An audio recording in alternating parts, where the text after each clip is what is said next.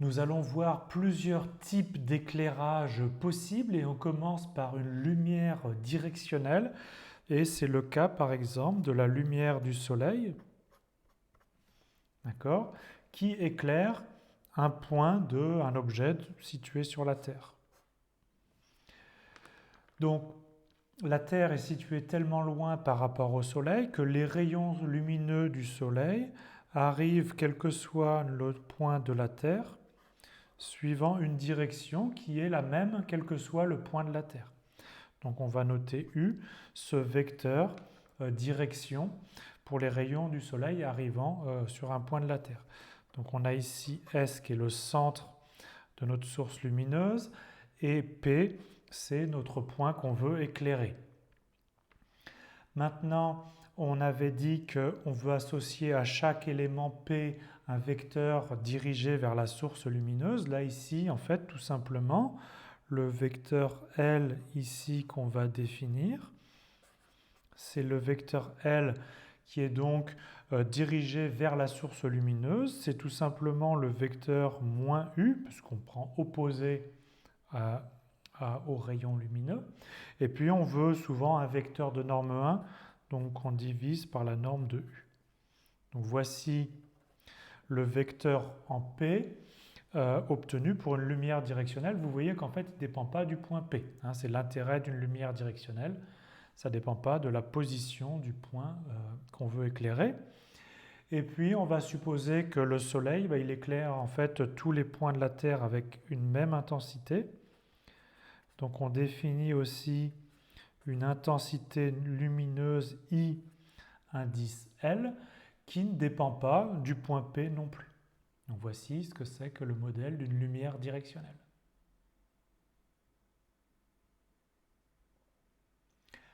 On passe à un éclairage par une lumière ponctuelle. Donc qu'est-ce que c'est qu'une lumière ponctuelle? C'est par exemple une ampoule qu'on accroche au plafond et qui donc éclaire dans toutes les directions.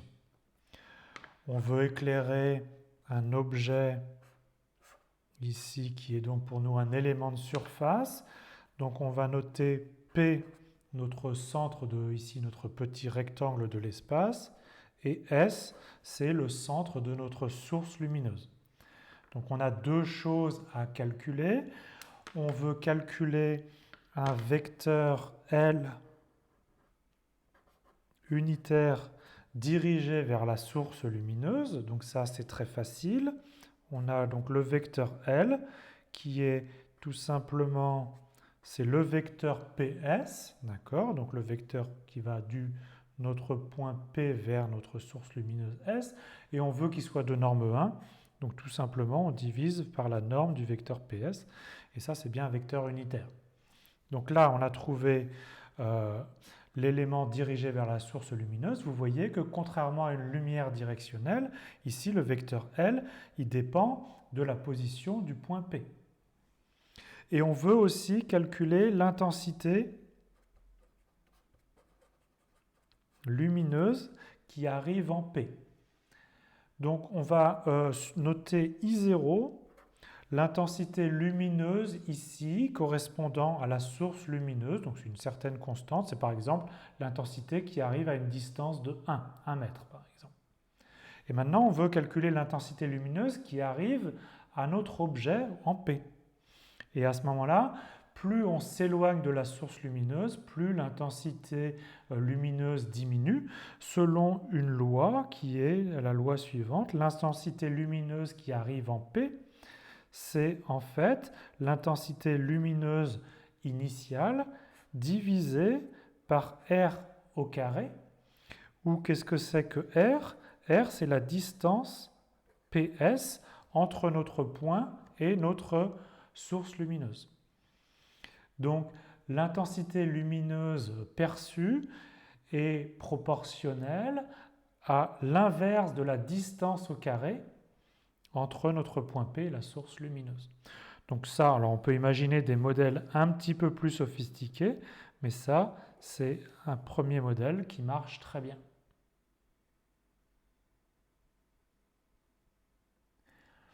Expliquons pourquoi l'intensité diminue selon la distance au carré par rapport à la source lumineuse. Donc on reprend ici une petite source lumineuse ponctuelle, donc qui éclaire dans toutes les directions.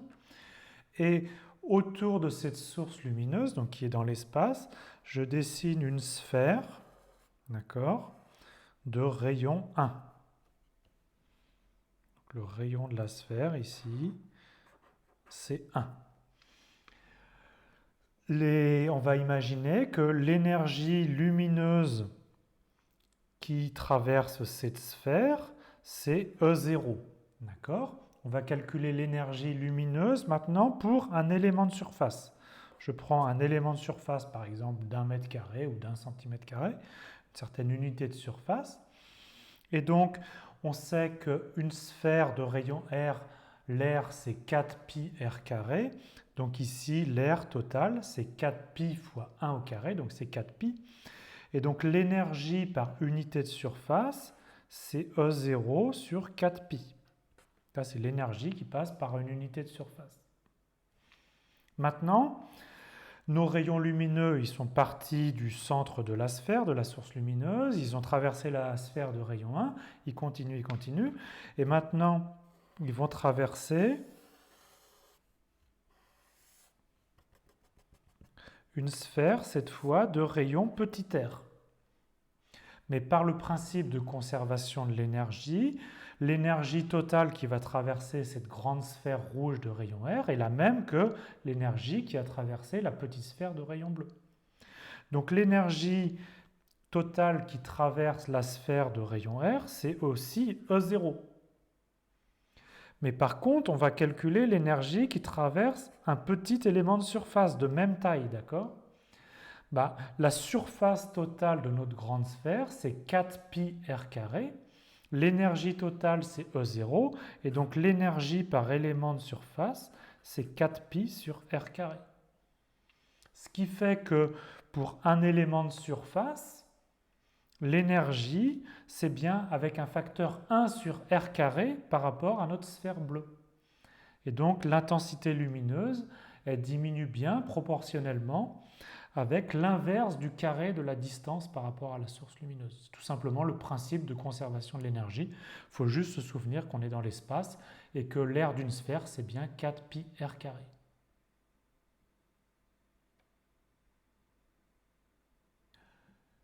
Terminons par l'éclairage via un spot. Donc géométriquement, qu'est-ce que c'est qu'un éclairage par un spot? C'est un éclairage par un cône de lumière.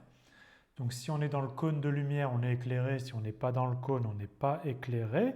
Et pour nous, un cône est donc défini de façon géométrique par un sommet S qui est donc notre source lumineuse.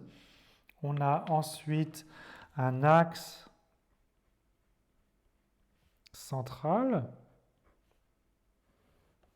d'accord, qui va être défini par un vecteur que je note U, que je vais supposer unitaire et qui correspond donc à notre axe central du cône. Et notre cône, il est plus ou moins large et donc c'est défini par un demi-angle θ. Donc on appelle le demi-angle, qui est l'angle entre l'axe central et donc un rayon du bord du cône. Voici donc la définition géométrique d'un cône. Maintenant, il faut décider est-ce qu'on est dans le cône de lumière ou est-ce qu'on ne l'est pas pour savoir si on est éclairé ou pas. Alors je vais refaire un dessin mais en 2 dimensions. Donc je dessine ici un cône mais vu dans une coupe dans un plan. Donc on a ici S, on a l'axe du cône porté par donc un vecteur U. Et donc ici on retrouve notre demi-angle θ.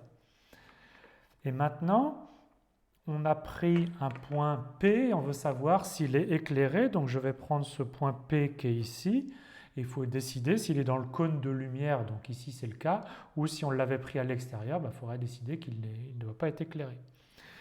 Donc pour savoir si le point P est dans le cône ou pas, on va tracer la droite SP, et souvenez-vous que la droite SP, c'est en fait la droite qui détermine le rayon petit l, le vecteur petit l, le vecteur dirigé vers la source lumineuse S. Et donc maintenant, on a ici l'angle que je vais appeler petit oméga. Et vous voyez que la condition pour savoir si le point P est dans le cône ou pas, c'est juste décider est-ce que oméga en valeur absolue est plus petit que θ ou pas. Et donc, c'est ce que dit la proposition suivante. Donc, proposition, P appartient au cône, donc il est éclairé. Donc, au cône caractérisé par U et l'angle θ. Donc, si et seulement si, ça équivaut à ce que cosinus de oméga soit plus grand que cosinus θ. Alors c'est une façon un petit peu étrange de dire les choses, on veut comparer les angles. En fait, c'est plus simple de comparer les cosinus. Pourquoi? Parce que c'est facile de calculer les cosinus, on n'a pas vraiment besoin de calculer les angles par un arc cosinus. Parce que qu'est-ce que c'est que cosinus oméga? C'est tout simplement l'angle entre le vecteur L et le vecteur U. Alors il faut juste faire un petit peu attention au signe, c'est en fait moins L scalaire U. C'est plus facile de calculer le cosinus de l'angle entre deux vecteurs que vraiment l'angle proprement. Donc avec cette condition, on sait si notre point P il appartient au cône ou pas, et donc s'il doit être éclairé ou pas.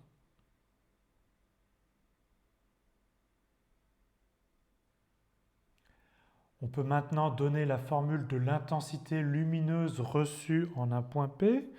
Tout simplement, l'intensité lumineuse, c'est I0, donc une certaine intensité initiale qui est une caractéristique du spot, divisé par R au carré. Ça, c'est si on est dans le cône d'éclairage. Donc si on a la condition cosinus de oméga plus grand que cosinus de θ, on a expliqué comment vérifier cette condition. Et puis si on n'est pas dans le cône d'éclairage, tout simplement l'intensité lumineuse est nulle. Donc voici la formule pour calculer l'intensité perçue. Alors je vous rappelle que R, c'est la distance entre notre point et notre source lumineuse. Et donc, encore une fois, l'intensité diminue avec le carré de la distance. Alors faisons peut-être un dessin. On imagine qu'on veut éclairer un plan par un spot. Donc on a un certain cône de lumière qui arrive sur un plan. Donc l'intersection, ça correspond en fait à une ellipse. Si on est dans l'ellipse, on va être éclairé avec une intensité lumineuse déterminée par la formule I0 sur R carré. Et si on est en dehors du cône lumineux, l'intensité est nulle, c'est-à-dire qu'il n'y a pas d'éclairage.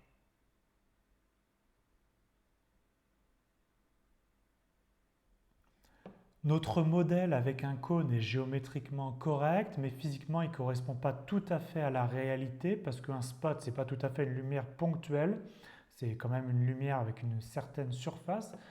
Et donc notre transition, soit on est dans le cône et on est éclairé, soit on n'est pas dans le cône et on n'est pas éclairé, est un petit peu brutale et ne correspond pas tout à fait à la réalité physique d'un spot. Donc on va essayer de faire une zone de transition entre la zone pas éclairée et la zone éclairée, avec une zone plus ou moins éclairée. Donc pour l'instant, notre intensité lumineuse est calculée par la formule suivante, soit I0 sur R carré, soit 0. Donc I0 sur R carré, c'est si on est dans le cône lumineux, donc cosinus oméga plus grand que cosinus de θ, et 0 sinon. On va maintenant, on ne va pas toucher, donc si on n'est pas dans le cône, on ne va toujours pas être éclairé, d'accord? Mais maintenant, on va atténuer plus ou moins l'intensité lumineuse en jouant un petit peu sur le I0 sur R carré. On va lui rajouter un facteur, et ce facteur, c'est tout simplement cosinus oméga.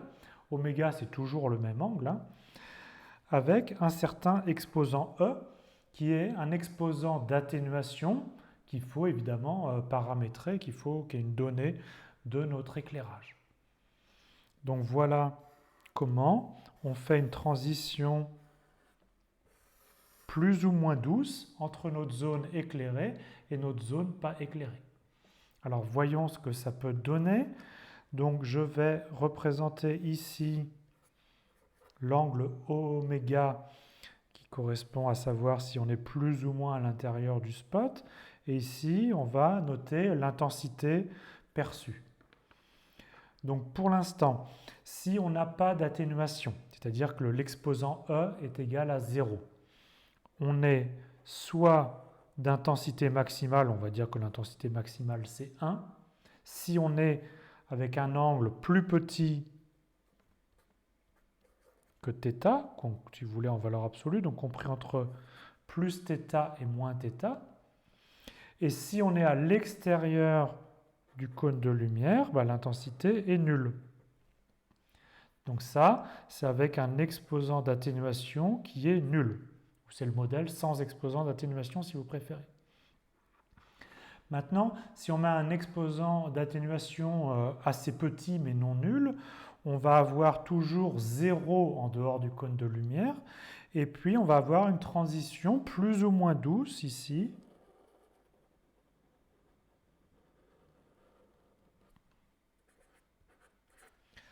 Avec un exposant petit mais positif. Et plus on prend un exposant grand, plus la transition va être douce, c'est-à-dire que plus on va avoir une zone grise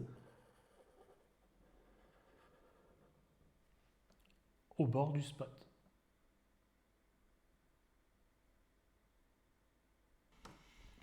Voici la réalisation de l'éclairage d'un plan par un spot lumineux. Donc l'intersection d'un cône de lumière avec un plan, ça se fait selon une ellipse. Donc ici, on voit nettement une ellipse complètement éclairée et en dehors de l'ellipse, pas d'éclairage du tout. Donc la frontière est vraiment ici très marquée. Ça correspond à un exposant d'atténuation nul, autrement dit, on n'a pas tenu compte de l'atténuation.